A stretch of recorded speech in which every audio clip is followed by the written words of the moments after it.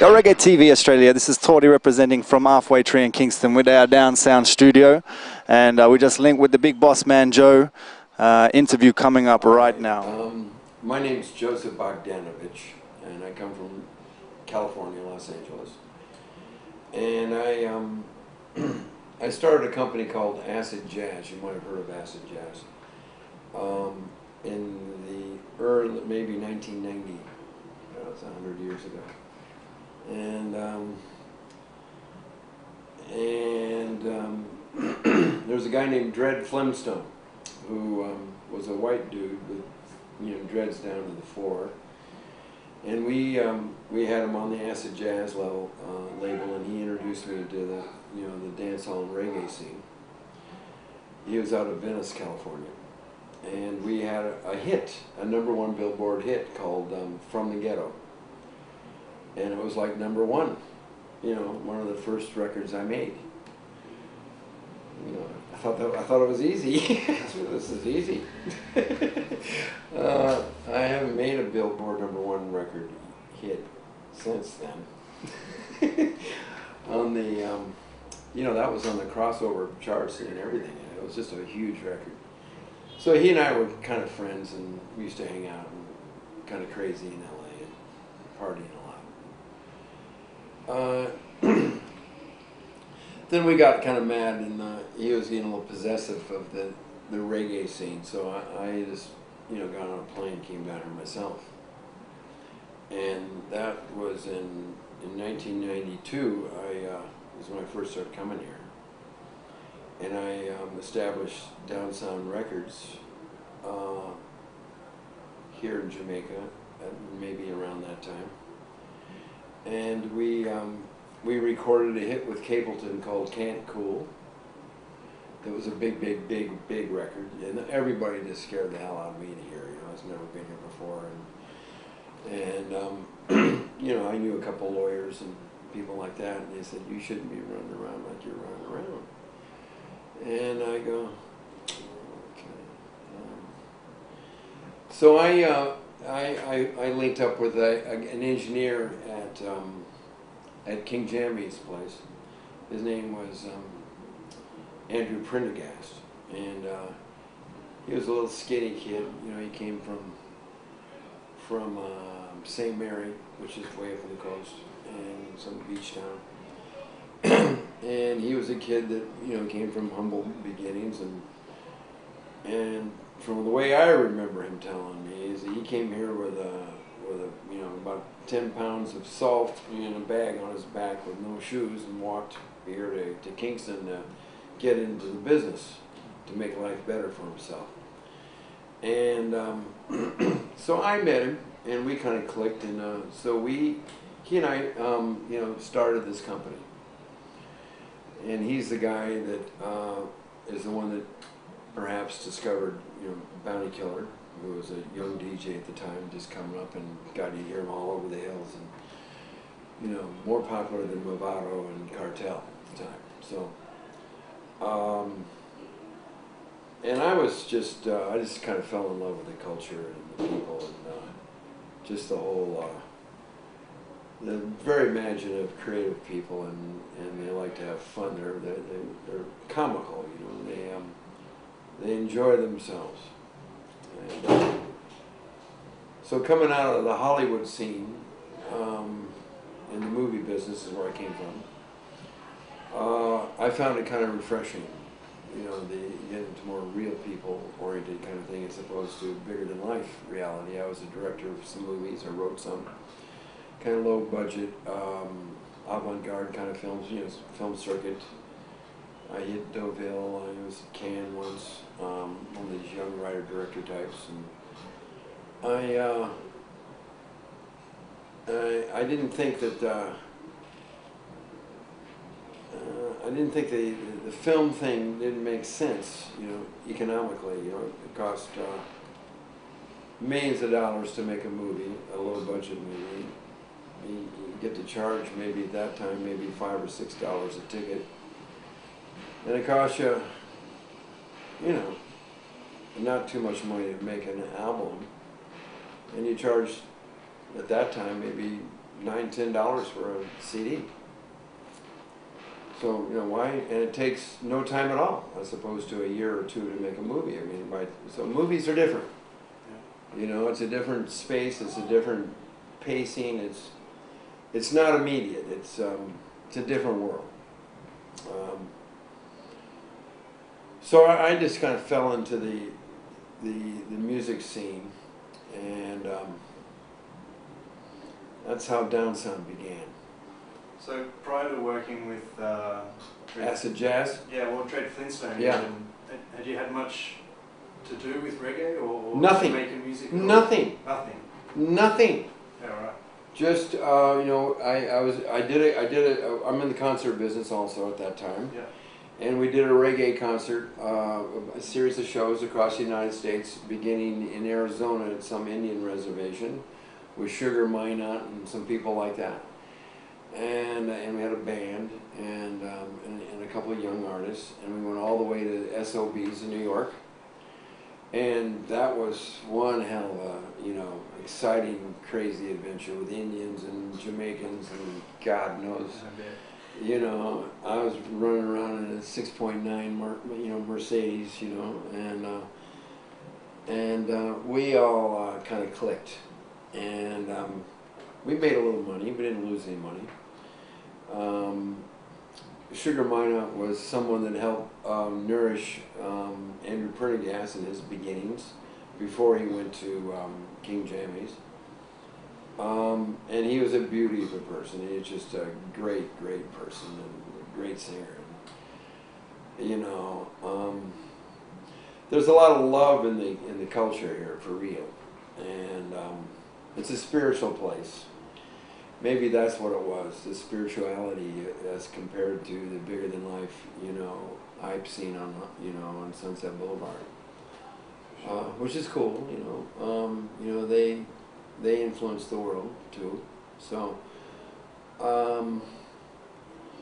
but it's not easy really understanding the culture. I still don't understand it fully. And I probably understand it better than most anybody that looks like me, you know, because I'm here and I've been pretty successful over the years. And they all know me, and they know that I'm very serious and very real, and I love the artist. I'm very, very supportive. And what we do here at Down Sound is we don't really try to change anybody. We just try to make them better. And we got a lot of expertise here. We're pretty good. I'd say that we're one of the best companies here in the country. And it's because we love what we do. Everybody loves what they do here. So you landed here first time 1992. Yeah. It was a pretty hype time for reggae music in Jamaica. There's a lot of consciousness in the music. Yeah. There's a lot of militancy in the music. Yeah, still is. Yeah, and indeed there still is. But I'm interested to get your take on 1992 versus 2002, and then nearly going into 2012. Sort of 20 years of producing music in Jamaica. And God, how has it changed, huh? Or developed or evolved?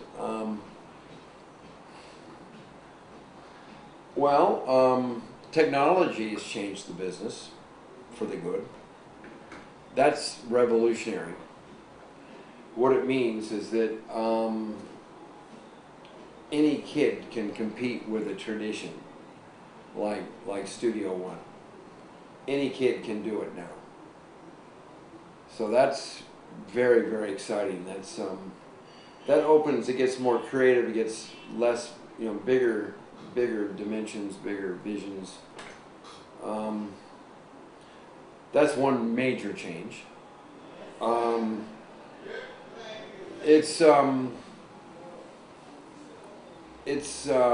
people say that dancehall is in the gutter, and it's ruined the music business. But I've heard that since I've been here.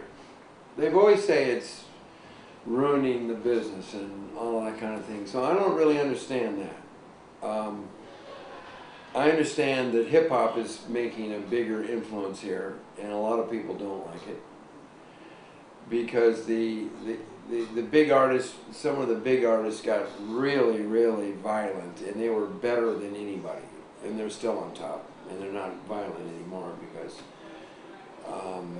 it's hard to travel when people think that you're actually a gangster or a killer or a rapist or whatever. And it's the lyrics on some of these artists. Got really bad there a few years ago. It's changed now. Where I was involved on some committees and things where people were saying, what are we going to do to clean this up, the lyric? And I'm going to sneeze now, but maybe I won't sneeze. So I think it's made full circle there. I think it's getting more positive, the lyrics are getting more spiritual again. Women are getting involved more now as artists. Nobody's as good as Lady Saw of the new crop yet. She was happening when I first got here, and she used to scare the hell out of me. I mean, what is this Lady Saw? You know, I kept seeing a buzz saw, and she was very sexy and aggressive and cool, you know, and she's a friend. And I just think she was just, you know, she's as good as any, just the best. She could compete with a man and beat everybody. There's nobody that good today in my book. I think people are getting more business oriented now, but not very good. There's still a lot of ignorance in terms of the music and the business, and I continue to run into that problem.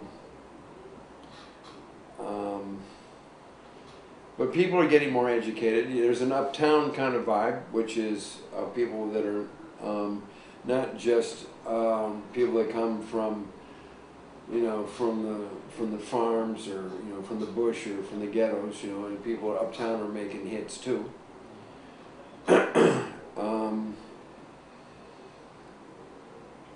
Do you have the Dennis Browns? Do you have the Bob Marleys? Do you have the do you have those kind of singers anymore, or artists? Don't think so. It's into another zone.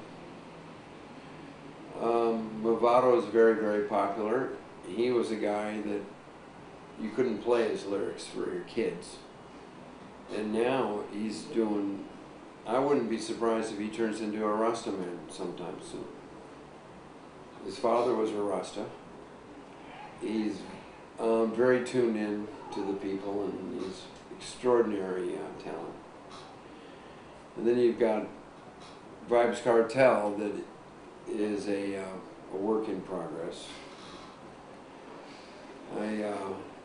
He is by far the most popular artist in Jamaica today. Don't kid yourself for 1 second.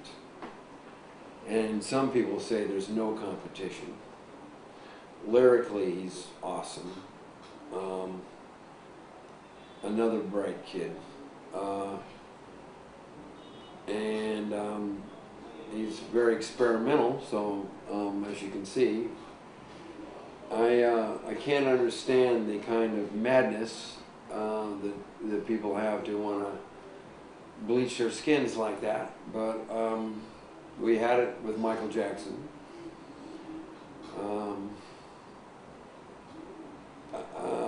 The kids just find this guy so appealing. It's just remarkable. Even his dirty songs, he's got dirty songs that are really dirty.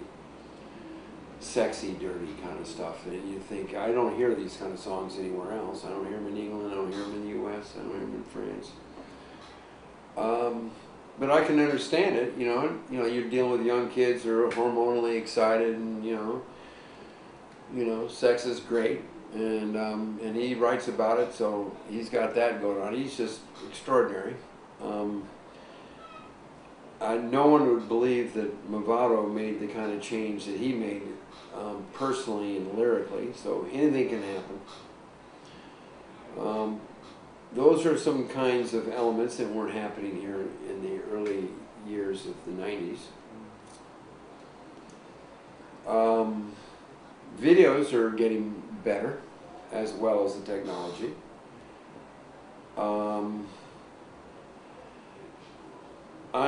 We're kind of known for, we're known for one drop in reggae songs in the beginning, and now we do dancehall and we do dance records too.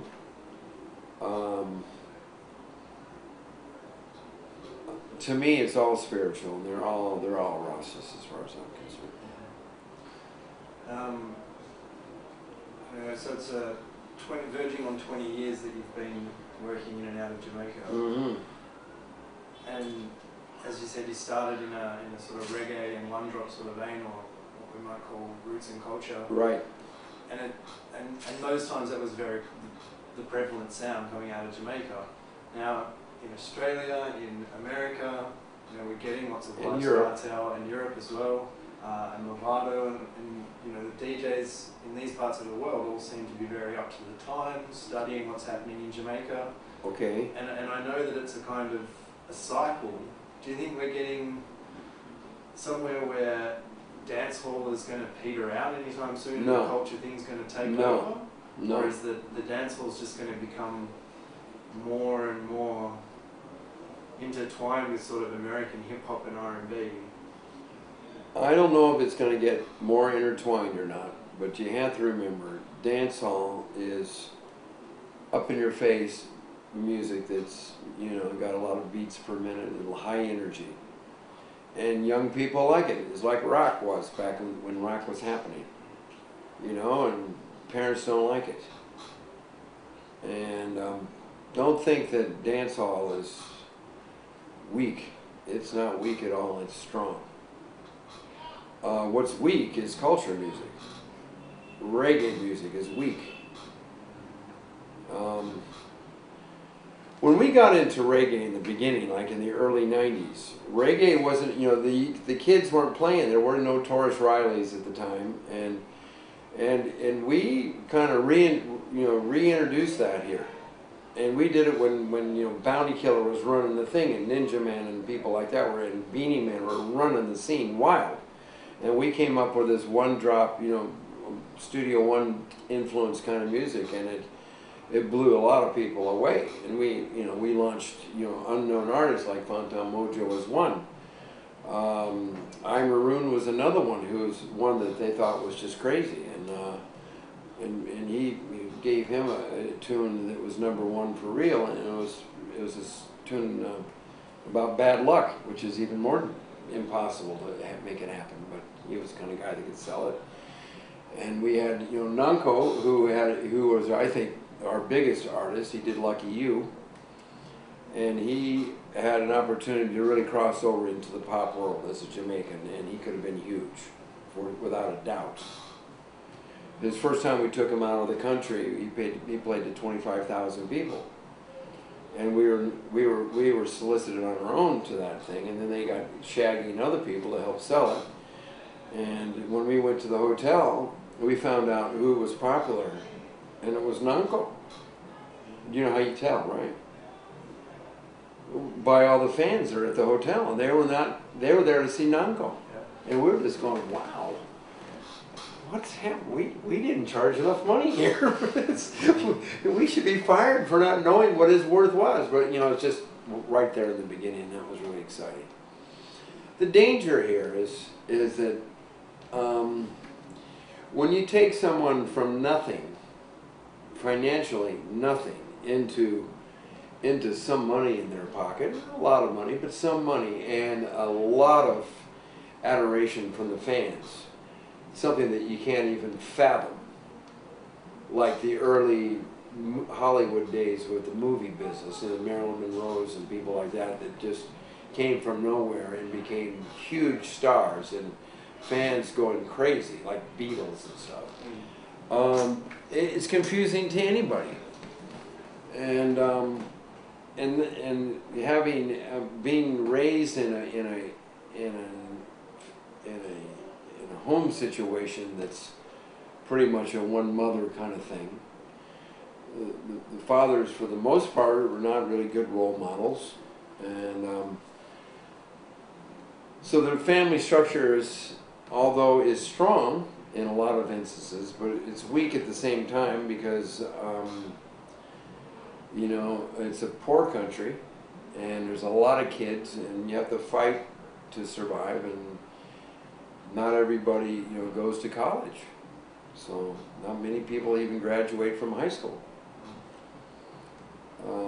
So they don't have any real guidance about values.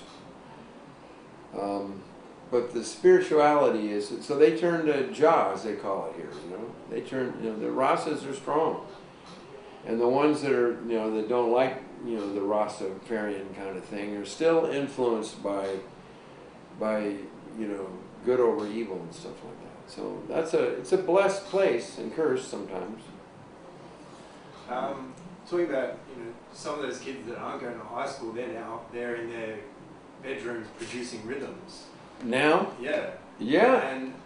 But how easy is it nowadays for an unknown, whether they're a producer or an artist, to bust up and make it? Is there still very a difficult part of you need to know the right people? You need to be in the clique? I think that's breaking down. I think that's breaking down. What's great about Jamaica is that they like something new. So it's harder to remain on top or in the game when you've been around a long time. So we feel really good that we're so capable of, you know, of making hits that people relate to and discovering new artists and building new artists. We still can do that. Yeah, so I hope you enjoyed the interview with the big boss Joe. We're here at Downsound Records once again, Halfway Tree in Kingston. But it's my YouTube.